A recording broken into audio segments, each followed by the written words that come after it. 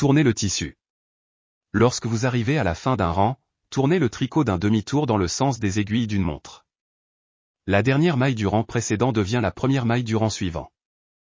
Chaque type de point, crochet simple, double crochet, etc., est réalisé avec un nombre différent de boucles.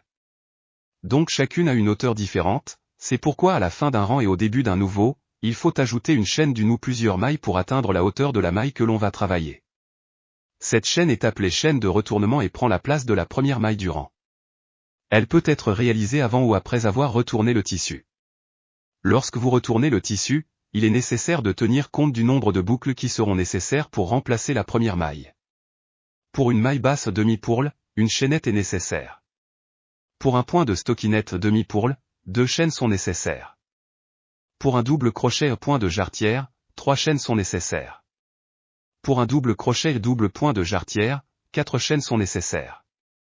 Dans cet exemple, une maille de chaîne supplémentaire est réalisée pour continuer à tricoter en crochet simple. L'ouvrage est retourné pour continuer le tissage. Tricotez la dernière maille de la rangée et répétez à partir de l'étape 1. Rappelez-vous que le nombre de chaînes supplémentaires dépend du type de maille que vous tricotez.